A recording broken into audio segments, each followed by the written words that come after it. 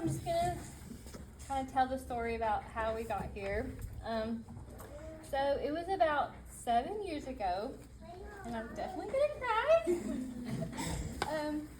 So I just began praying and asking God, like, what do you want me to do? And at the time, I'm like, I'm just a mom. I don't really witness to anyone. Like, and then I felt the Holy Spirit just hop into my brain and say, exactly, you're a mom. Be a mom to my kid who needs one. And so at that point, I'm like, did I hear that right? I don't know about that. And so I'm, telling God, I need to know for sure, because I never knew anyone who fostered or adopted. I didn't know, anybody, have friends who ever did that. And so the same week, I'm driving down the road and I see a billboard for fostering. And I'm like, okay, that's weird, but it's fine. The same week, I'm driving in the car with Tabitha, and she is in high school at this point still. And she brings up what she wants to do in college, and then she brings up social work and starts talking about kids in foster care. And so I'm like, okay, that's weird. 2 times in the same week after I prayed that. And then another day, the same week, I turn on the radio, and this is back when we didn't do Bluetooth on the phone, so I'm scrolling through the radio stations, and I stop on one, and they're talking about fostering. So I'm like, okay, I get it. That's what you want me to do. So I kind of told Chris about it, and at first he was not thrilled with the idea, which I knew he wouldn't be. But it was kind of just something we talked about for years and years, and it was always in the back of my mind, even though it wasn't something we pursued right away. So then finally, in 2021, we were building our house, and it was almost complete in October. And we're sitting there, and I bring it up. I'm like, at that time, we had 2 extra bedrooms. Now we have 0. But I say, let's just take the class and see what happens.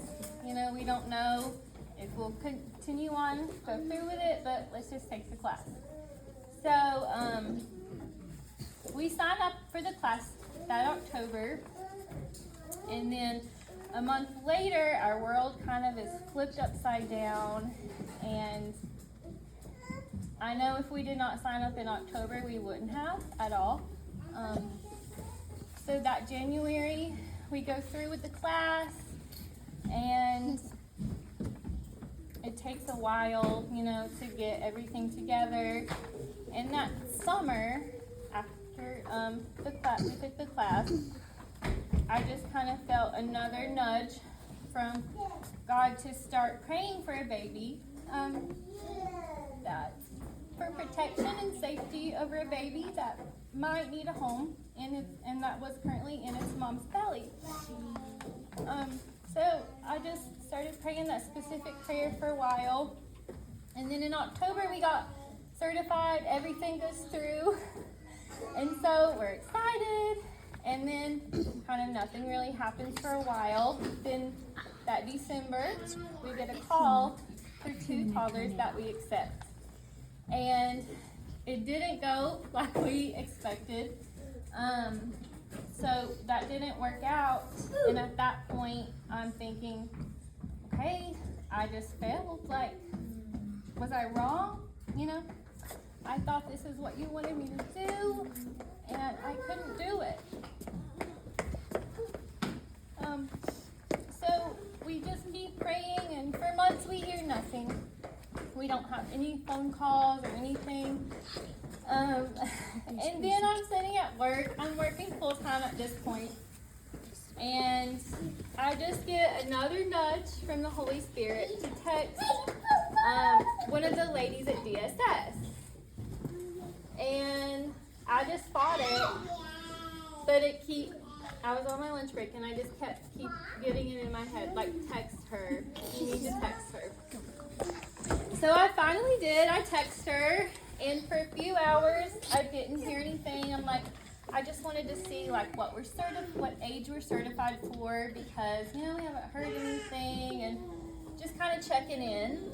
So later that day, I get a text back, and she tells me that they're actually having a newborn possibly come into care the next day, asking if we're interested. And so I said yes. So the day after that, we're kind of waiting to see, like, what happens, if it was going to go through or not. And so she ended up saying, so we do have a newborn baby boy, if you guys are interested in fostering him. So we said yes, and then in a matter of hours later, we had a baby boy in our home, in our arms. And so from that moment, we just felt like he was our son. He just blended right into our family. We had the most amazing newborn period with him.